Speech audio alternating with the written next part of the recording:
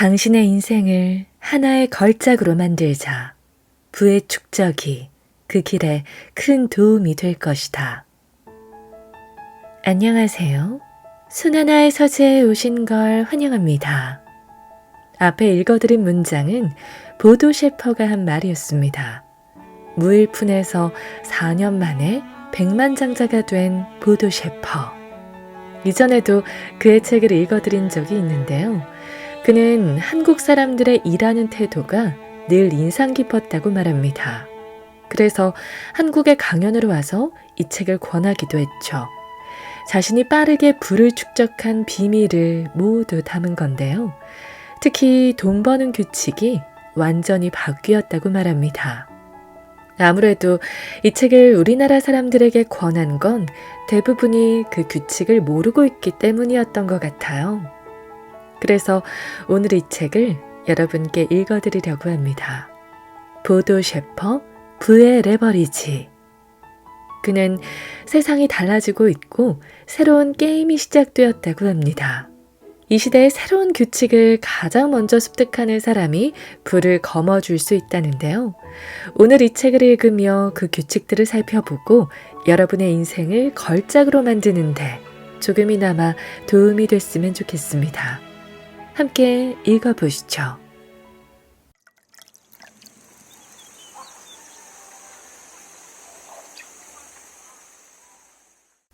매월 1,000만 원대 수입이 가능할까? 당신은 앞으로 3년 안에 매월 얼마나 벌고 싶은가? 몇 년 전 내게 조언을 해주던 코치가 같은 질문을 던졌을 때 나는 아무 대답도 하지 못했다. 당시 26살이었던 나는 파산 상태였다. 앞으로 몇 년 뒤가 아니라 다음 몇 주 동안 얼마나 벌 수 있는지에 모든 관심이 쏠려 있었다. 마침 내가 스승으로 삼고자 한 코치와의 첫 상담이었던 만큼 나는 내가 생각하는 대로 솔직히 답할 수 없었다. 어떻게든 코치가 나를 가르칠 만한 가치가 있는 사람으로 생각하도록 확신을 주고 싶었기 때문이다. 나는 눈치껏 2만 마르크, 한화로 약 1,400만 원을 벌고 싶다고 대답했다. 솔직히 생각조차 해본 적 없는 액수였다. 하물며 매월 그렇게 큰 돈을 벌려면 어떻게 해야 할지 아무런 생각도 떠오르지 않았다. 그저 코치에게 깊은 인상을 남기고 싶었을 뿐이다. 코치의 대답은 예상과 달랐다. 목표가 형편없는 사람한테 조언할 수 없습니다. 마지막으로 내 질문에 답할 기회를 한 번 더 드리죠. 당신은 앞으로 3년 안에 얼마를 벌고 싶습니까? 그에게 깊은 인상을 남기려던 나의 시도는 실패했던 것이 분명했다. 그 순간 나는 뭔가 단단히 잘못된 영화 속 주인공 같은 기분이 들었다. 2만 마르크는 절대로 형편없는 소소한 목표가 아니었기 때문이다. 하지만 나는 그를 신뢰하게 됐다. 어쩌면 나 자신보다 그를 더 믿고 있었던 듯하다. 나는 사람이 한 달에 얼마나 벌 수 있을지 아주 골똘히 생각해봤다. 35,000에서 45,000마르크 정도면 충분하리라 판단하고 코치에게 다시 대답했다. 그러자 그는 내게 싱긋 미소를 지으며 제안했다. 그러지 말고 어림잡아 5만 마르크로 합시다. 나는 그가 말한 금액을 얌전히 받아 적어야 했다. 돈을 갖는 것보다 부자가 되는 것이 중요하다. 내가 5만 마르크라고 말하자 코치는 다시금 금액을 2배로 수정하라고 지시했다. 나는 그가 요구한 대로 금액을 고쳤을 수밖에 없었다. 앞으로 나는 3년 안에 적어도 10만 마르크의 월 소득을 올릴 것이다. 그 순간 손이 덜덜 떨려왔다. 코치는 내게 축하 인사를 건넸다. 진심으로 축하합니다. 이제야 목표를 제대로 설정했군요. 당시 나는 진정으로 내가 바라는 목표를 정했다는 기분이 조금도 들지 않았다. 심지어 부담스러울 정도였다. 나는 어떻게든 금액을 수정해 보려고 코치에게 물었다. 그렇게 많은 돈은 필요하지도 않습니다. 실제로 그만큼 돈이 있다 해도 썩 좋을 것만 같지도 않고요. 그러자 코치가 예상했다는 듯 답했다. 당신이 앞으로 얼마나 많이 필요하게 될지는 지금 당장 알 수 없어요. 단순히 10만 마르크에 대한 문제가 아니랍니다. 이 금액은 그저 당신이 세운 목표를 실제로 달성하는지 보기 위한 기준점에 불과하니까요. 무엇보다 그 과정에서 당신이 어떤 사람이 되느냐가 가장 중요합니다. 코치의 말을 듣는 순간 내 마음속에서 무언가가 움직였다. 나는 내 성격 자체를 개선하고 싶었고 누구보다 강한 정신의 소유자가 되고 싶었다. 코치는 이어서 내게 오늘날까지도 큰 동기부여가 되는 말을 건넸다. 그냥 무의미하게 살기에는 인생이 너무 짧으니까요. 그는 단순히 외적인 의미, 그러니까 남들 눈에 보이기 위한 의미만을 강조하려던 것이 아니었다. 외적 가치보다 중요한 내적 가치를 달성함으로써 성취감을 느끼고 계속 무언가를 배워나가는 마음가짐을 알려주고 있었다. 코치는 종종 이렇게 말했다. 100만 마르크를 소유하는 것보다 100만 장자가 되는 것이 중요합니다. 그러려면 재정적 능력이 핵심이죠. 돈은 왔다가도 또 어느 순간 가버릴 뿐입니다. 하지만 재정적 능력을 갖춘다면 돈과 소득이 어떻게 움직이는지 알고 있다면 언제라도 단시간 내에 재산을 축적할 수 있습니다.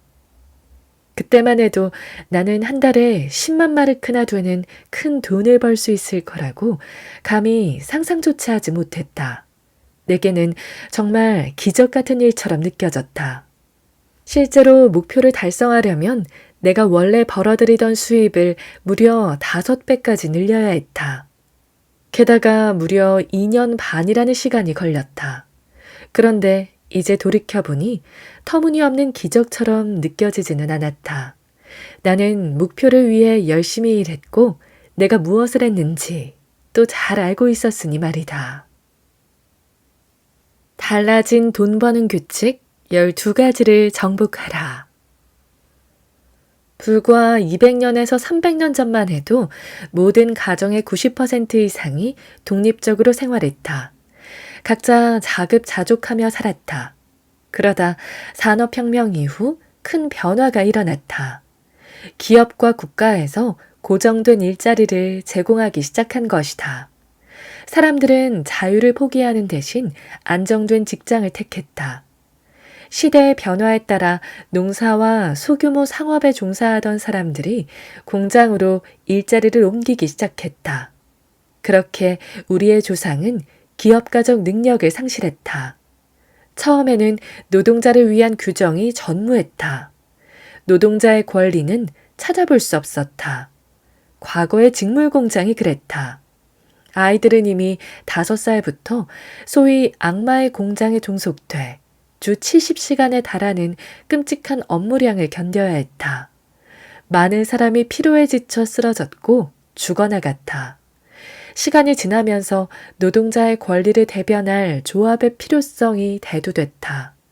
새로운 환경에 맞게 노동법 규정들 또한 제정돼야 한다고 생각하기 시작했다. 최근 10년에서 20여 년 전부터 또다시 모든 상황이 근본적으로 달라지고 있다. 산업혁명이 들끓던 무렵만큼 극적인 변화였다. 하지만 사회의 변화를 제대로 감지한 사람은 거의 없다고 할 수 있다. 거의 모든 사람이 새로운 시스템이 지배하는 사회에서 여전히 과거의 규칙을 따라 살고 있다. 성공의 길이라 믿었던 지식이 더 이상 작동하지 않는 것을 깨닫는 순간 사람들은 좌절했다. 자신들이 부당한 대우를 받았다고 느꼈다. 하지만 시계를 거꾸로 되돌릴 수는 없는 법이다. 이제 더 이상 기업과 국가는 그동안 사람들이 당연하게 여기던 안정을 제공하지 않는다. 구조조정의 형태로 해고되는 희생양이 되어본 경험이 있다면 내가 말하는 의도를 정확히 이해할 것이다. 이제 더 이상 책임을 회피할 수 없다. 자신의 삶은 직접 책임져야 한다.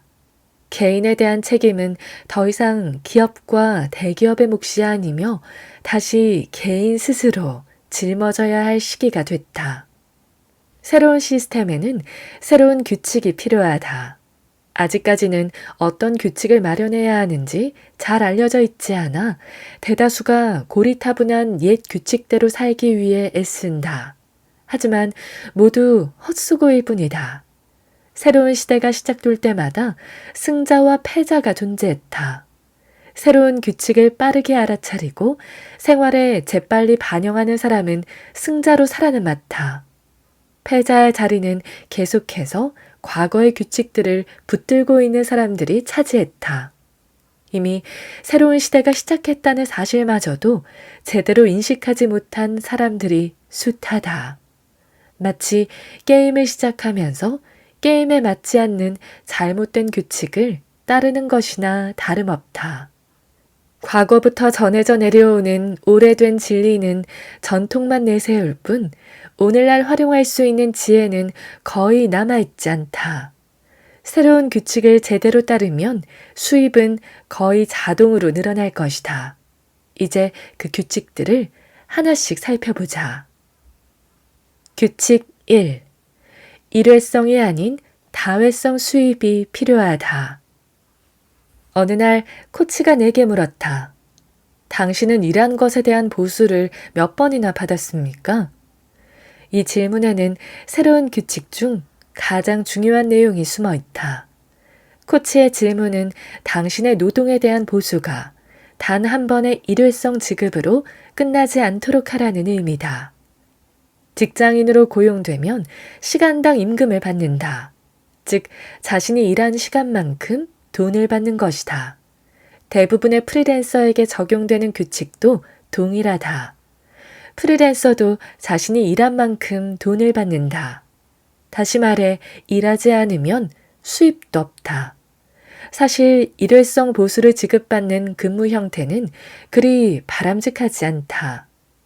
오늘날 직장의 의미는 단순히 일하기 위해 가야만 하는 장소도 시간을 때우는 곳도 아니다. 특히 후자의 경우 파킨슨 법칙에 따라 효율성이 지극히 떨어진다는 사실이 잘 알려져 있다. 즉, 시간을 때우려고 들면 시간을 채우기 위한 목적으로 일이 고무줄처럼 늘어나기만 할 뿐이다. 이상적인 전문가, 투자자, 기업가는 완전히 다른 방식으로 일한다. 그들은 한 번 완수한 일의 대가로 여러 차례 돈을 받는다. 종종 한 번 이뤄낸 일로 평생 돈을 받기도 한다. 심지어 유산으로 상속해 후손들에게 혜택이 돌아가는 경우도 있다. 이 책을 집필할 때 나에게는 단 1마르크의 수입도 없었다. 이후 정말 많은 시간을 투자했고 거의 1년 반 동안 출판사를 찾아다녔다. 나는 무려 50여 곳에 이르는 출판사에서 퇴짜를 맞았다. 어느 누구도 내가 들인 시간과 노력에 대한 대가를 지불하고자 하지 않았다. 이 책을 쓰고 출판사를 찾아다니던 시절에 차라리 종업원으로 근무하던 사람이 나보다 훨씬 더 수입이 많았을 것이다. 결과적으로 보면 나는 위험을 감수하며 이 일에 뛰어들었고 그 시절을 버티며 교훈을 얻었다. 당시만 해도 나는 집필과 출판 현황에 대해 아는 것이 거의 전무한 상태였다. 하지만 가까스로 책이 출판되고 4년 안에 300만 부가 판매되면서 인세로 수백만 유로를 벌었다. 지금도 책이 팔리면 나는 출판사로부터 주기적으로 돈을 지급받고 있다. 이처럼 다회성으로 돈을 받는 시스템 혹은 직업은 여러 분야에 존재한다. 투자금 1유로마다 수익을 반복해 지급받는 투자자, 저작권료를 받는 작곡가, 작사가, 가수, 수수료를 기반으로 매출에 기여하는 마케팅 컨설턴트, 임대료를 받는 부동산 소유주, 메일링 목록을 빌려주고 사용료를 받는 소유자, 특허 발명가, 러닝 개런티를 받는 영화 배우, 저작권료를 받는 게임 개발자, 수익을 배당받는 기업가들, 프랜차이즈 가맹비를 받는 프랜차이즈 소유주, 협의된 지분을 보유한 프로그래머. 새로운 시스템의 사회에서는 더 이상 당신의 시간을 돈과 바꾸지 않아도 된다. 아이디어를 돈과 교환해 시간을 투여하지 않고도 추가로 더 많은 돈을 벌 수 있다. 규칙 2. 지금 하는 일은 판매가 가능한가? 코치는 때때로 내게 윙크를 하며 물었다. 지금 하는 일을 팔아버린다면 당장 얼마나 받을 것 같습니까? 그가 이렇게 질문하면 사람들은 보통 어깨를 으쓱일 뿐이었다.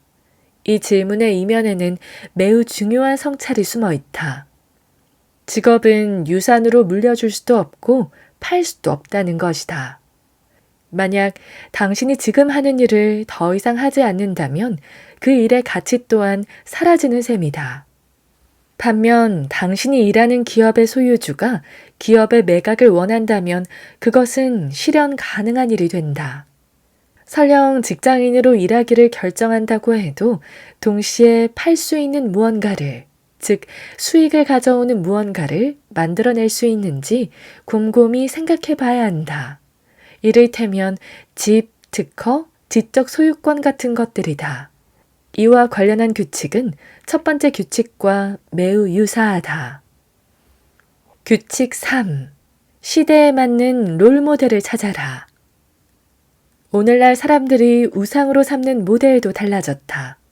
하지만 학교에서는 세상의 변화를 완전히 무시하고 있다. 이미 젊은이들은 안정적인 평생 직장을 얻는 것을 더 이상 꿈으로 여기지 않는다. 그런 만큼 의사나 변호사라는 직업이 주는 자극도 줄어들었다. 의료제도의 개혁으로 의사라는 직업은 점점 그 매력을 잃어가고 있다. 프리랜서는 개정된 법안으로 힘든 생활을 근근히 버텨나가고 있다. 그렇다면 오늘날의 아이들은 누구를 롤모델로 삼을까? 제닛 잭슨과 브리트니 스피어스 같은 팝스타, 미하엘 슈마허와 안드레 아가시 같은 유명 스포츠 선수, 브래드 피트나 안젤리나 졸리 같은 영화 배우, 스티브 잡스, 리처드 브랜슨과 같은 기업가들이 있다. 물론 50년 전에도 스타들은 있었다. 하지만 지금과 다른 점이라면 첫째로 그 수가 오늘날만큼 많지 않았다. 둘째로 지금처럼 매체에서 자주 볼 수 없었다. 세 번째 요소가 가장 중요한데 오늘날 젊은 사람들이 스타와 자신을 동일시하는 성향이 강해졌다는 것이다. 자신도 특별한 사람이 될 수 있다고 느끼는 젊은이들이 점점 늘어나고 있다. 그들은 자신만의 강점을 키워 뭔가 특별한 것을 하고 싶어 한다. 자신만의 취미를 발전시켜 경력을 쌓고 싶어 한다. 즉, 자신이 즐거움을 느끼고 제 능력을 펼칠 수 있는 것을 직업으로 삼고 싶어 한다. 하지만 학교에서는 그들에게 용기를 북돋기는커녕 그저 열심히 공부해서 안정적인 직장을 찾아라 라고만 할 뿐이다. 수많은 교육기관에서 젊은 세대에게 미래의 직업이라는 명목으로 상당한 수입을 보장하는 직업을 결정해 줬다. 심지어 아이들을 가르치는 선생님도 같은 방식으로 직업과 프리랜서를 준비하는 학교 시스템에서 교육을 받아왔다. 직업을 찾을 때 많은 돈을 주는지 여부만 고려하는 것은 진정한 노동의 의미를 모르고 있는 것이다. 돈보다 자신의 능력과 열정을 펼칠 수 있는지가 훨씬 더 중요하다. 당신이 사랑하는 일을 하며 제 능력을 제대로 펼칠 수 있다면 돈은 자동으로 따라온다. 물론 수입을 몇 배 늘리려면 전문가로 포지셔닝하는 법을 알아야 한다. 당신의 열정을 채워주는 일을 하지 않는다면 아무리 좋은 기술을 갖고 있더라도 인생의 성공에 그리 유용하게 활용하지 못한다. 규칙 4. 자신의 안정은 스스로 마련하라. 새로운 시대에 들어 기업들도 변하고 있다. 그들은 직원들을 위한 책임을 오롯이 감당할 수도 없고 원하지도 않는다. 적어도 과거와 비교해 보면 그렇다. 오늘날 우리는 고객을 만족시키는 기업만이 존속할 수 있다는 것을 알고 있다. 그런 만큼 기업은 평생 일자리를 보장할 수 없는 입장이 됐다. 과거에는 기업이 직원의 평생을 책임져 줄 것이라 생각해 누구나 열심히 일했다. 오늘날 성공하는 기업은 항상 파괴를 거듭해야 한다. 새로운 것을 창조하고자 한다면, 미래의 게임에 참여하고자 한다면 과거의 성공을 거두었던 방식이나 과거의 정평이 났던 지위마저 없애야 한다. 기업 스스로 파괴하지 않아도 외부의 압력으로 그 길을 따르게 된다. 그리고 기업이 붕괴될 때마다 직장은 사라진다. 연금 납부자와 연금 수령자 사이의 비율이 변화하면서 국가도 더 이상 지금껏 유지되어 온 방식으로 모든 국민을 보살피는 것이 불가능해졌다. 게다가 국가가 국민에게 혜택을 줄 수 있다고 한들 실제로 국가로부터 온당한 혜택을 받은 국민은 없었다. 당신은 국가가 누구의 돈으로 모두를 보살피고자 한다고 생각하는가? 독일의 시인 프리드리히 홀덜리는 국가를 모두의 천국으로 만들려고 시도하는 한 국가는 지옥이 된다고 말했다. 달리 표현하면 공짜 치즈는 쥐덫에만 있다고 할 수 있다. 평생 직장이 보장되지 않는다면 당신은 어떻게 안정을 확보할 것인가? 평생 일자리를 보장할 능력을 기르기 위해 무엇이든 해야 한다. 다시 말해 타인이 나서서 부수기 전에 직접 자신의 손으로 일자리를 파괴해야 한다는 의미다. 당신에게 필요한 안정은 당신이 직접 배우고 또 성장하는 데 필요한 변화에 얼마나 준비되어 있는지에 달렸다. 그러므로 우리는 자신의 경력, 인생, 돈에 대해 스스로 책임져야 한다. 과거의 규칙에서는 집을 투자 가치로 보고 최대한 대출을 빨리 상환해야 한다고 가르쳤다.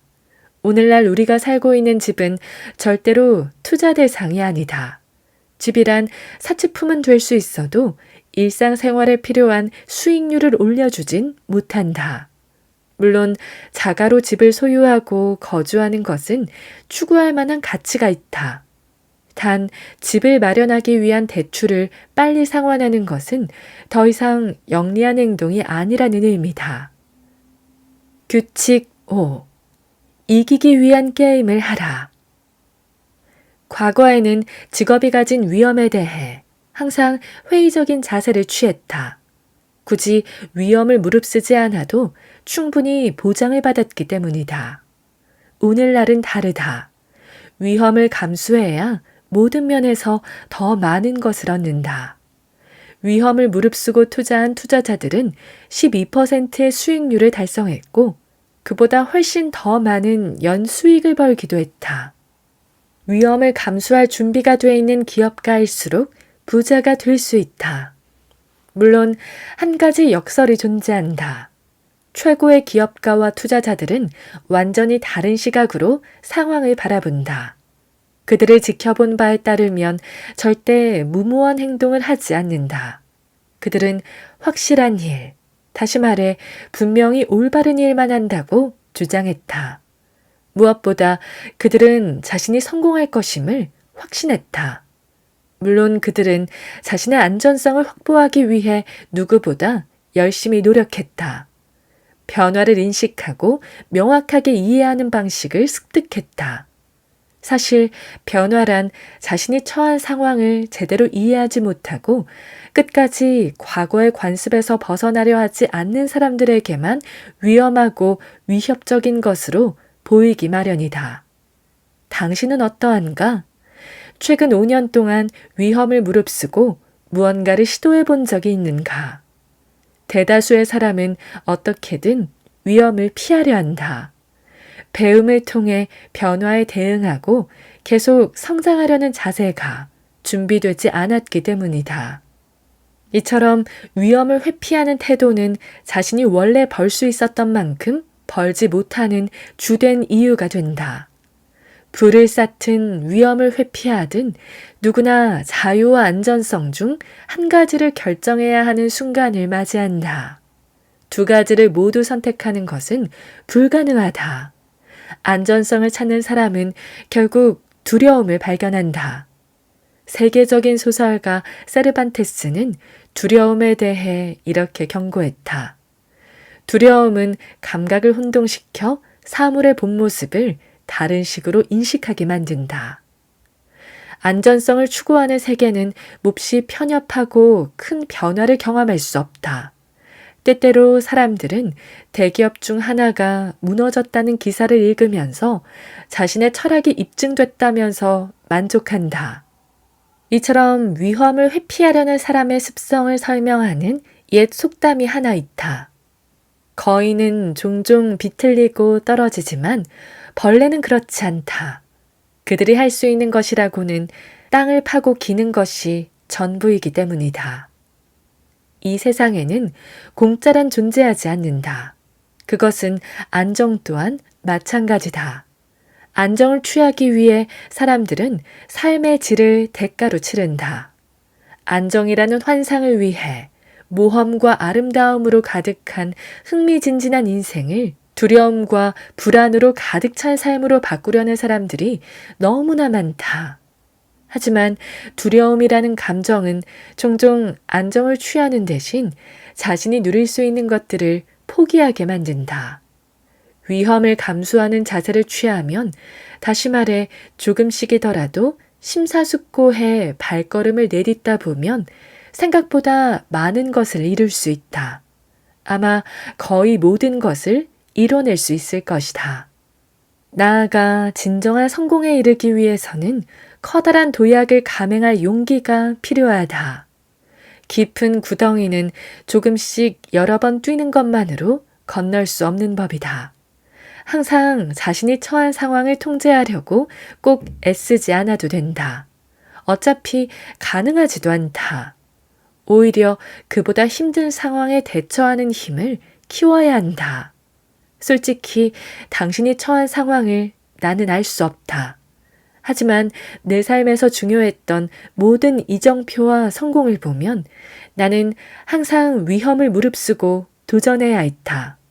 그리고 그것은 내 삶의 다른 모든 영역에서도 마찬가지였다. 규칙 6. 실수해도 괜찮다. 실수와 실패는 사업의 일부다. 나 역시 많은 실패를 겪었다. 너무나 많은 실패를 겪은 나머지 실패가 나를 마주보며 싱긋 미소 짓는 것만 같았다. 이런 태도를 취할 수 있기까지 나는 매우 힘겹게 교훈을 얻어야 했다. 내가 코치를 만났던 26살 무렵, 나의 가장 큰 문제는 파산을 했다는 것이었다. 재정 부문에서 나는 참 많은 실수를 저질렀다. 내 가족의 입장에서도 이 문제는 커다란 수치였다. 반면 코치는 내가 저지른 모든 실수에서 약간의 희망을 보았다며 이렇게 말했다. 우선 누구나 실수를 하고 그 안에서 교훈을 찾습니다. 실수할 때마다 자신이 바라보는 세계는 조금 더 커지거나 조금 더 작아지죠. 그것은 전부 자신에게 달렸답니다. 나는 당신의 재정 상태를 모른다. 하지만 상관없다. 결국 당신이 이 책을 읽고 어떻게 반응하는지, 이제부터 어떠한 방향으로 나아가는지가 중요하다. 실제로 누구나 자신의 재정 상태와 각자가 저지른 실수에 반응하는 방식을 스스로 선택할 수 있다. 최근에 자신이 저지른 실수 중 떠오르는 것이 있는가? 만약 그렇다면 당신은 그 실수에 어떻게 반응했는가? 기본적으로 6가지 반응 중에서 하나를 선택할 수 있다. 거짓말을 한다. 내가 하는 게 아니야. 라고 발뺌한다. 부정한다. 재빨리 현실로부터 도망쳐 모든 것이 다 괜찮아. 전부 잘 될 거야. 라고 말한다. 정당화한다. 달리 방법이 없었어. 라고 말한다. 남 탓을 한다. 잘못된 것은 전부 외부 요인으로 돌린다. 천성, 교육, 타인에게 전가한다. 이런 식으로 책임을 전가한 대상에게 자신의 권리를 넘긴다. 포기한다. 너무 힘들어. 재미도 없고 그냥 다 필요 없어. 라고 말한다. 배운다. 자신에게 스스로 되물어본다. 내가 무엇을 배울 수 있을까? 미래에 이런 실수를 피하려면 무엇을 해야 할까? 이 문제를 어떻게 해결해야 할까? 재미를 느끼려면 어떻게 해야 하지? 모든 경험은 내가 가는 길을 비추는 등대가 돼야 한다. 자신을 붙들어 놓는 정박장이 돼서는 안 된다. 학교와 교육계에서 실수란 어리석고 부주의한 결과라고 여긴다. 그것은 과거의 잔재다. 오늘날에도 학교 성적은 실수의 횟수에 따라 정해진다. 실수가 적을수록 그만큼 성적도 좋다. 하지만 이미 오래전부터 새로운 규칙이 적용되고 있다. 사회 우등생의 세계에서는 누구나 살아가면서 항상 실수를 저지른다는 것을 잘 알고 있다. 실수를 피하려고만 하면 자신이 살아갈 세계는 문자 그대로 점점 더 좁아지기 마련이다. 영국 수상이었던 윈스턴 처칠은 말했다. 성공이란 실패를 거듭해도 열의를 잃지 않고 계속 나아가는 것이다. 미국과 일본은 실수에 대한 평가 방식이 확연히 다르다. 일본에서 파산은 끔찍한 일이다. 파산의 책임을 온전히 짊어져야 하는 사람이 심지어 목숨을 끊기도 한다. 미국에서는 상반된 방식으로 파산을 다룬다. 주로 책임을 지려는 사람은 기업가의 자질을 발휘해 새로운 기회를 발견한다. 작은 차이지만 양국의 경제적 상황의 차이를 보면 많은 것을 시사한다. 성공만큼 헛된 것도 없다. 정말 아무것도 배우지 못하기 때문이다. 하지만 실수는 인생을 대하는 긴장감과 진보를 가져온다.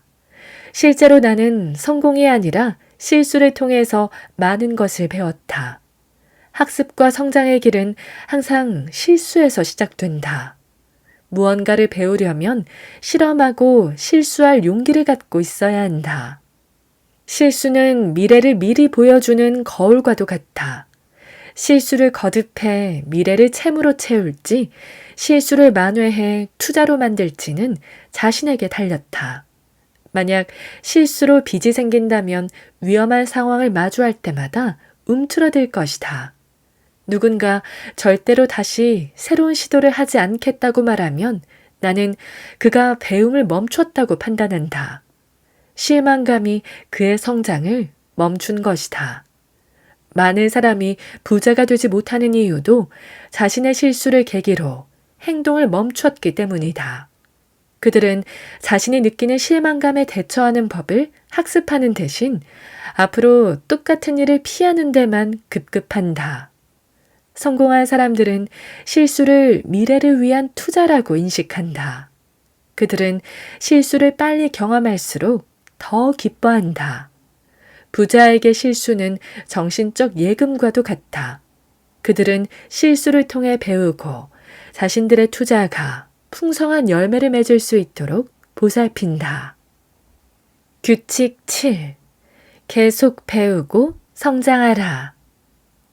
어린 시절 점심 식사를 하고 나면 항상 숙제부터 끝마쳐야 했다. 우선 해야 할 공부를 다 하고 그 다음에 놀자 라는 철칙 때문이다. 하지만 지금 생각해보면 왜 숙제를 놀이로 만들 생각을 하지 않았는지 참으로 흥미롭다. 특히 어린 시절에 떠오르는 장면이 하나 있다. 지리 숙제를 하고 있을 때였다. 나는 교과서에 실린 웃긴 사진을 보고 큰 소리로 웃음을 터뜨렸다.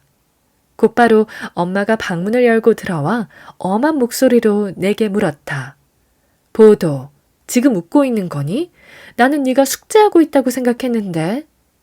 대다수 사람들은 어린 시절에 학습에 대해 다음과 같은 메시지를 배운다. 학습은 고된 의무이며 재미없다. 학교에서 배우는 것들은 어른이 되면 모두 잊어버리고 쓸데없으며 실생활과 연관성도 부족하다. 학습은 주로 학교에서 이뤄진다. 따라서 학교를 졸업한 뒤에도 공부를 하고 싶어 하는 사람은 없다. 무언가를 배우는 일이란 조금도 재미가 없는 일이기 때문이다. 평생 공부란 말만 들으면 끔찍한 농담을 들은 것처럼 반응하는 사람이 적지 않다. 학교를 더 다녀야 한다는 생각과 함께 곧장 자신을 괴롭히던 무서운 교사를 떠올리기도 한다. 우선 내가 강조하는 끊임없는 학습과 성장은 학교 공부를 염두에 둔 것은 아니다. 그보다는 사회 우등생이 되는 법을 배우자는 것이다. 즉, 지식을 배우는 것만으로도 즐거운 학습을 말한다. 그러기 위해서는 아이는 물론 성인에게도 현재와 다른 교육자가 필요하다. 훌륭한 트레이너와 세미나 지도자가 놀이처럼 배울 수 있도록 가르치고 함께 이야기를 나눠야 한다. 또한 쓸모없는 정보로 각자의 하드디스크를 채우지 않고 행동을 자극할 수 있는 연설가가 필요하다. 애석하게도 학교 우등생은 재미가 결여된 단순한 지식의 저장 매체 역할에 그칠 때가 많다. 하지만 사회 우등생은 유용한 교육을 재미있는 방식으로 전달해 행동을 자극한다. 성공한 사람들은 평생 공부한다. 그들은 끊임없이 성장하고 배운다. 학교 우등생을 배출하는 학교 교육은 평생 배워야 하는 학습 중 일부에 불과하다. 성공한 사람은 사회 우등생이 되기 위해 학교에서 배운 이론적인 지식들을 보충한다. 그들은 살면서 더 성공하고 행복해지는 데 필요한 것들을 전부 배운다. 건강, 돈, 관계, 자기 자신 및 타인, 가치, 동기, 목표 등 모든 분야에 대해 빠짐없이 배운다. 또 자신보다 먼저 성공한 사람의 사례를 보면서 배운다. 보면서 배운다는 스키 선수 크리스타 킨스호퍼의 말처럼 말이다. 산업혁명 시대에는 가난한 자와 부자의 두 계급이 존재했다. 오늘날은 정보를 가진 사람과 아무것도 모르는 사람의 두 집단으로 나뉜다. 미래에는 글을 읽지 못하는 사람이 문맹이 아니다. 아마도 아무것도 모르는 사람이 문맹으로 인식될 것이다. 시간이 흐를수록 자신이 알고 있는 지식의 일부가 빠르게 과거의 산물이 돼버릴 것이다. 그러므로 절대로 배움을 멈춰서는 안 된다. 모든 것을 알고 난 이후에도 배움을 이어가는 것이 무엇보다 중요하다. 새로운 시대에는 마음가짐, 위험 감수와 더불어 학습이 핵심 주제가 될 것이다. 노동과 학습은 서로 때려야 뗄 수 없는 하나로 융합돼 버렸다. 계속 배우지 않고서는 오늘날 그 누구도 절대 성공할 수 없다. 수입을 풍족하게 만들기에 앞서 정보를 풍족하게 갖고 있어야 한다. 만약 배우는 재미까지 더한다면 그만큼 더 성공하게 될 것이다. 따라서 사회가 학습에 대한 다른 관점을 갖도록 노력해야 한다. 무언가를 배울 수 있다는 것 자체가 선물이다. 자신이 관심을 갖는 분야를 학습한다면 말로 다 설명할 수 없는 재미도 얻을 수 있다. 규칙 8. 자신의 직업을 새롭게 창조하라. 과거의 규칙은 학교에서 공부를 다 마친 후 취업 전선에 뛰어들어야 한다고 강요한다. 하지만 새로운 시대에서는 끊임없이 향상해 나가지 못하는 사람은 기회조차 얻지 못할 것이다.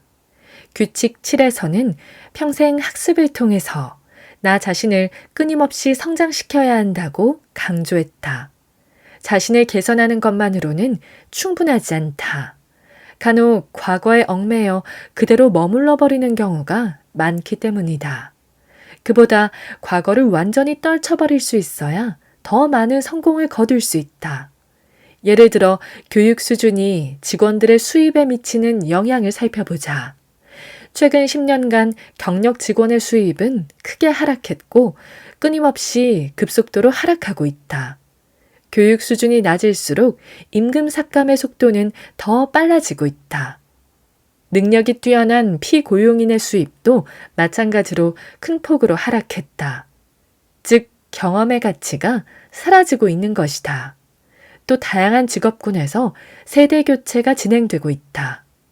경력 직원은 경험과 노하우를 갖고 있는 반면 젊은 구직자는 완전히 차별화된 방식의 지식으로 무장하고 있다. 앞으로는 과거의 전략으로는 대응할 수 없는 직업이 곧 등장할 것이다. 9세대는 신세대에게 좋은 일자리를 점점 빼앗기게 될 것이다. 만약 당신이 직장인이라면 결코 간과해서는 안 되는 대목이다. 자칫 방심하다가는 머지않아 일자리를 잃을지도 모른다. 자신이 많은 것을 알지 못함을 인정할 뿐만 아니라 잘못된 방식으로 알고 있다는 사실을 명확히 깨달아야 한다. 제 아무리 지도 위에 길이 자세히 그려져 있더라도 오래된 지도를 가지고 신대륙을 찾을 수는 없는 법이다. 규칙 7만을 따르는 사람은 새로운 개념을 접해도 기존의 사고체계에 더하기는커녕 거부하기만 한다. 그보다 위험한 것은 대부분의 사람이 곧 다가올 변화를 감지조차 하지 못한다는 점이다. 오히려 매사가 잘 굴러가고 있으므로 자신이 성공할 거라고 확신한다. 자신이 처한 상황을 잘못 받아들이는 동안 미래는 이미 달라진 모습으로 변해버릴 것이다. 미래는 자신의 손으로 새롭게 만들어 나가야 한다. 당신이 직접 나서서 다른 사람보다 더 빠르게 새로운 전략을 개발해야 한다. 전략이란 아직 성공을 거두고 있을 때 바꿔야 하는 것이다. 끊임없이 자신에게 질문하라. 나의 능력이 새로운 세계에서도 과거만큼이나 가치가 있을까? 나는 무엇을 바꿔야만 하는가? 규칙 9. 돈 벌기는 일종의 게임이다. 돈 벌기란 누구에게나 고된 노동이다. 많은 사람이 비지땀을 흘려야 빵값을 벌 수 있다라는 말을 들으며 자란다. 교육계에서도 일이란 원래 재미가 없지만 열심히 일하는 사람이 좋은 사람이라는 지식을 아이들에게 가르친다. 또 아이들은 자기가 한 일에 책임을 져야 한다고 배운다. 물론 옳은 말이다. 하지만 의문을 가질 필요가 있다. 왜 꼭 재미가 없는 일에만 책임져야 할 일이 생기는 것일까? 이런 식의 교육과 학교 시스템은 산업혁명 시대에 등장한 직업을 준비할 때나 이상적으로 맞아떨어질 내용들이다. 교대로 나사 4개를 조이는 일을 하면서 끝까지 책임감 넘치는 자세를 유지하기란 어려울 것이다. 만약 일을 하면서 자아를 실현하고 이를 일종의 게임으로 여기는 사람이라면 재미도 없고 삶의 의미도 없는 일을 오래 하기가 힘들 것이다. 나는 단 한 번도 나사를 조이는 일을 해본 적이 없다. 학생 때는 그와 비슷한 일을 해본 적이 있었다. 나는 방학 내내 아침마다 색인 카드를 잔뜩 받아와 길이 13.5m에 높이 2.3m인 서가에 분류해 꽂는 일을 맡았다. 카드 더미는 성인 남자의 키만큼 높이 쌓여 있었다. 내게 일을 맡긴 담당자는 6시간 내에 모두 분류하라고 지시했다. 첫날에는 무려 14시간이 걸렸지만 점차 익숙해지면서 11시간으로 줄어들었다. 당시에는 분류 작업을 조금이라도 빨리 끝내는 것이 유일한 낙이었다. 하루는 궁금증이 생겼다. 색인 카드 시스템을 사용하는 사람을 본 적이 전혀 없었기 때문이다. 결국 담당자에게 도대체 색인 카드 시스템의 장점이 무엇인지 당돌하게 물었다. 아무도 내 질문에 대답하지 못했다. 나는 부서장과 총 책임자를 찾아갔다. 그들에게서도 명확한 설명을 듣지 못한 나는 그대로 그 일을 그만두었다. 얼마 전 당시에 나와 함께 일했던 동료를 우연히 마주쳤다. 그는 지금도 그곳에서 일을 하고 있었다. 그의 얼굴을 보니 여전히 불행해 보였다. 또 예나 지금이나 자신의 업무에 불만이 많았다. 색인 카드 시스템은 현재 컴퓨터 프로그램으로 대체돼 무용지물이 됐다. 수많은 색인 카드를 단 6시간 내에 분류하는 기술을 갖고 있었던 색인 카드 정리 담당자는 전부 해고됐다. 아무리 대단한 실력이라고 해도 부질없는 일이 된 것이다. 과연 무엇이 차이를 만들었을까? 내가 잠시나마 그곳에서 일할 수 있었던 것은 내가 받아왔던 교육 때문이다. 나는 일이란 고되기 마련이라는 가르침 속에 성장했다. 이후 성장하면서 미국에서 새로운 규칙을 배우고 생각을 많이 바꾸게 됐다.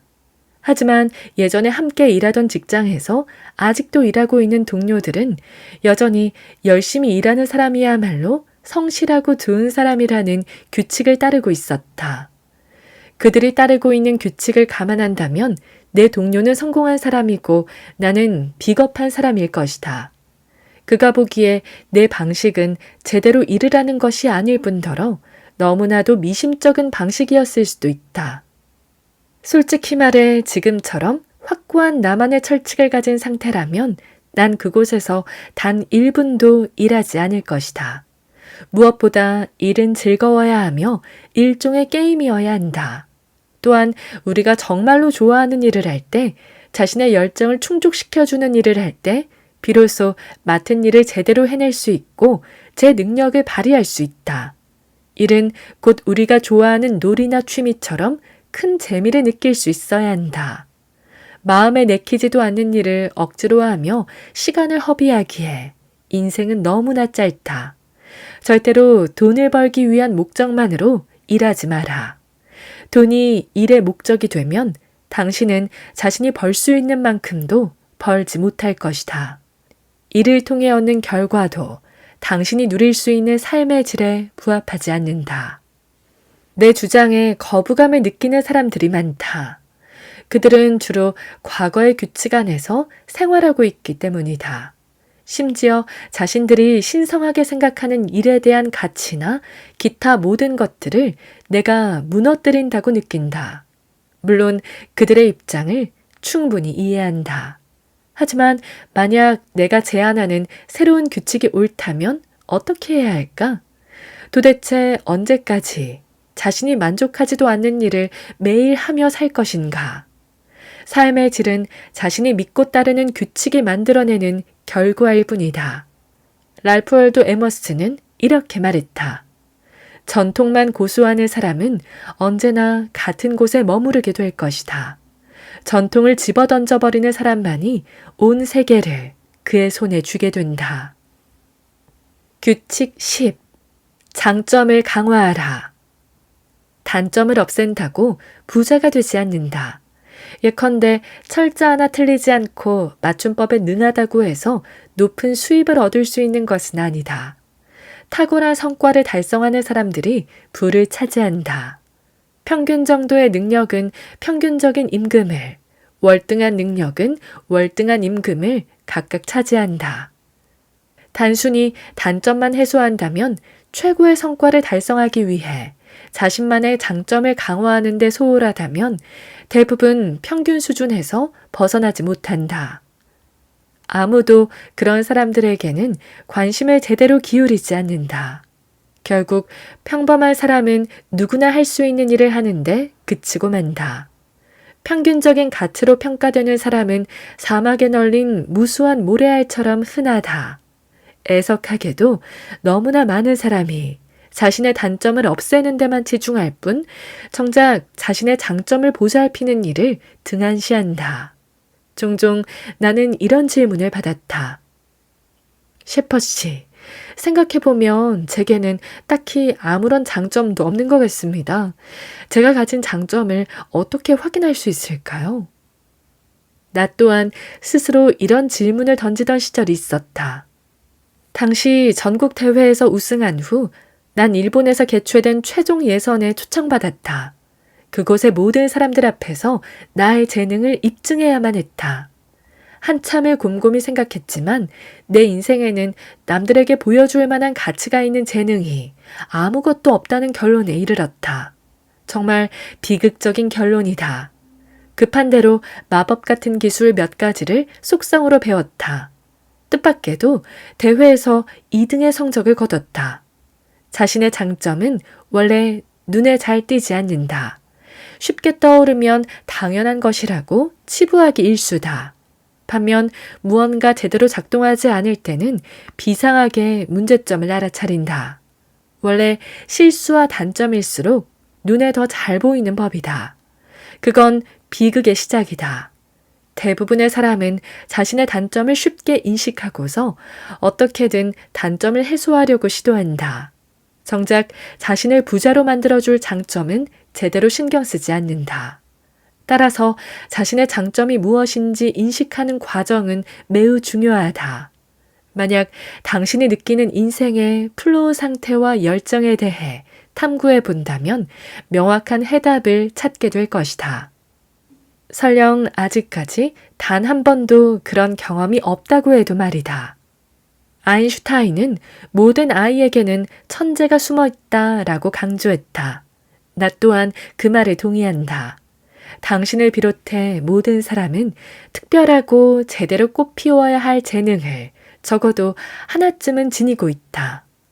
25년간 기자로 활동했던 사라벤 브레스낙은 이렇게 말했다. 대부분의 사람들은 자신을 예술가로 보는 것을 불편해한다. 하지만 우리 모두가 예술가다.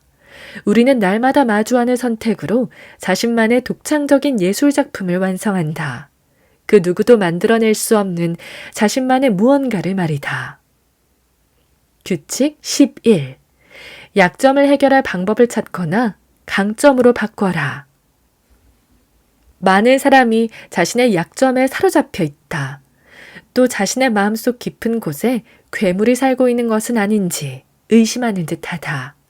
자신의 약점에 대한 두려움을 떨쳐버리려면 다른 무엇보다 자신의 약점을 마주해야 한다.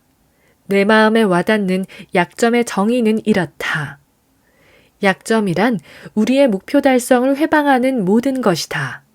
예컨대 내가 노래를 잘 부르지 못한다는 약점은 나의 발목을 잡지 못할 것이다. 사실 노래를 부르는 것은 목표 달성에 아무런 제약이 되지 않는다. 따라서 노래를 못 부른다는 약점 정도는 가뿐히 무시할 수 있다. 나는 가창력이라는 강점이 없을 뿐이다. 반면 당신의 특정한 특성이 목표를 달성하는 데 발목을 잡는다면 그 약점을 진지하게 받아들여야 한다. 이런 경우에는 약점을 어떻게 처리해야 할지를 고민해야 한다. 그리고 당신이 가진 약점 중에서 실제로 위험하고 문제가 될 만한 것을 절대로 무시하지 말아야 한다. 자칫하다간 약점이 당신을 잡아먹을 수도 있다.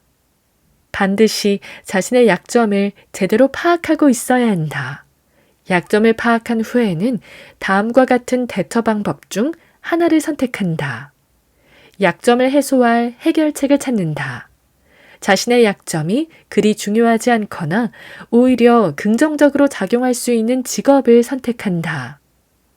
첫 번째 방법의 예는 간단하다.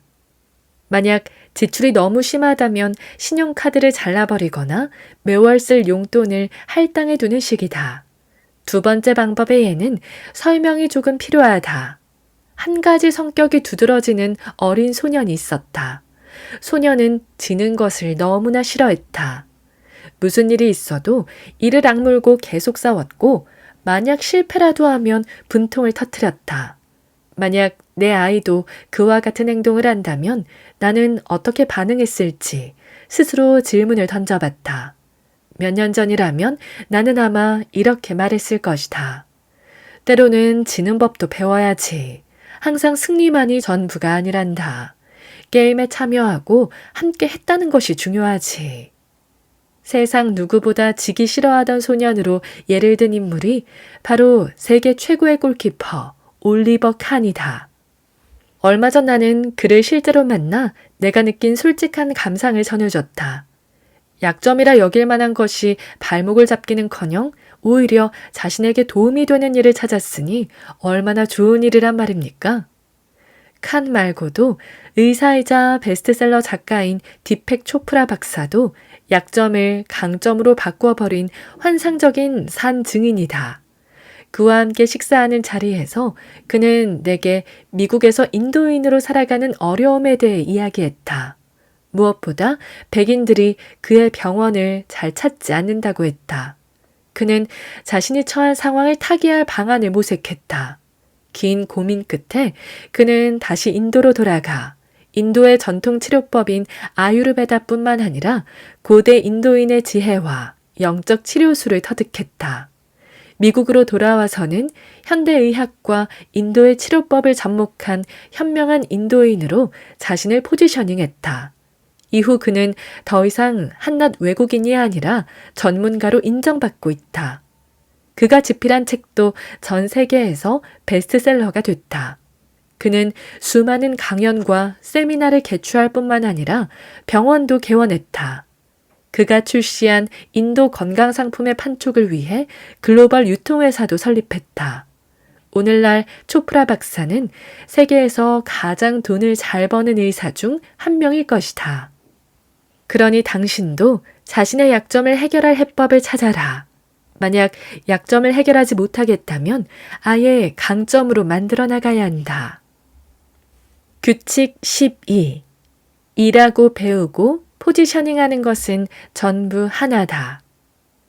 과거에는 시간당 임금이라는 개념이 유효했지만 오늘날에는 정말 시대에 뒤떨어지는 개념이다. 꼭 필요한 경우를 제외하면 정말 아무것도 하고 싶지 않게 만든다. 어떻게든 업무 시간이 끝날 때까지 업무를 하지 않고 질질 끌게 만들어 일에 대한 열정도 확연히 식어버린다.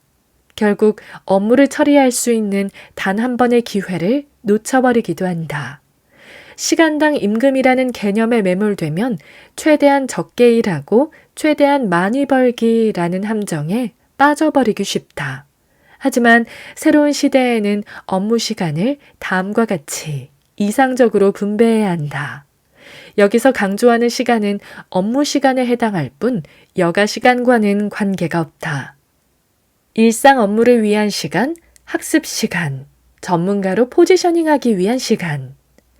강연에서 근무 시간의 이상적인 모델을 소개하다 보면 사람들이 뭔가를 깨달았다는 듯한 표정을 짓는 것을 종종 목격한다. 물론 일자리를 단순히 생계수단으로만 정의해선 안 된다. 일에도 언제나 학습 요소와 미래 요소가 포함돼 있어야 한다. 자신의 미래를 준비하지 않는 사람, 또 적극적으로 미래를 만들어가지 않는 사람은 계속 현재를 답습하게 될 뿐이다. 그들에게선 더 이상 발전하는 모습을 찾아볼 수 없다.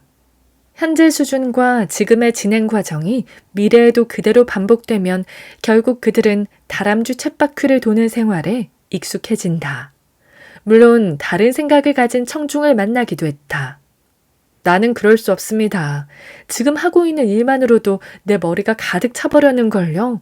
그런데 언제 또 공부하고 포지셔닝할 시간을 찾으라는 겁니까? 그들의 질문도 일견타당하다. 하지만 애석하게도 나는 이런 질문을 하는 사람들에게 마땅한 해결책을 제시할 수가 없다. 각자가 일하는 환경은 모두 천차만별이기 때문이다. 만약 자신의 인생에서 정말 중요한 일을 하고 있다면 어떻게든 각자 해결책을 찾을 것이라 확신한다. 오로지 우연에만 맡긴다면 아무 일도 일어나지 않는다. 시간을 배분하는 문제 역시 결국 당신의 몫이다.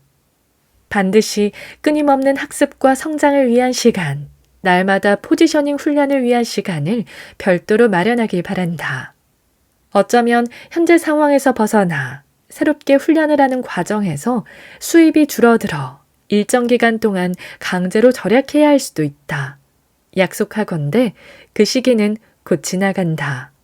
힘겨운 노력 끝에 구축한 자신만의 포지셔닝이 곧 상상을 초월하는 수준으로 수입을 높여줄 것이기 때문이다. 따라서 과도한 생활 수준에 맞는 소비를 위해 돈을 버는 데만 혈안이 돼 미래를 디자인하는 시간에 투자를 게을리하면 안 된다. 인생은 한편의 거대한 연극과도 같다. 타인이나 주변 상황이 정해준 역할을 연기하거나 스스로 맡고자 하는 역할을 연기해야 한다. 단기적으로 생각하면 주변 상황이 정해준 역할을 맡는 쪽이 훨씬 편해 보일 수 있다. 하지만 장기적 관점으로 보면 결국 스스로 만족하지 못할 뿐만 아니라 타인이 조종하는 삶을 견뎌야 한다. 즉, 인생이라는 장기적 문제를 해결하기 위해 단기적 해결책을 수용하는 일은 결단코 없어야 한다.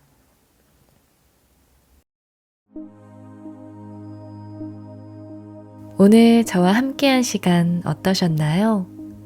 편안한 시간이 되었길 바라며 또 들러주시길 기다리겠습니다.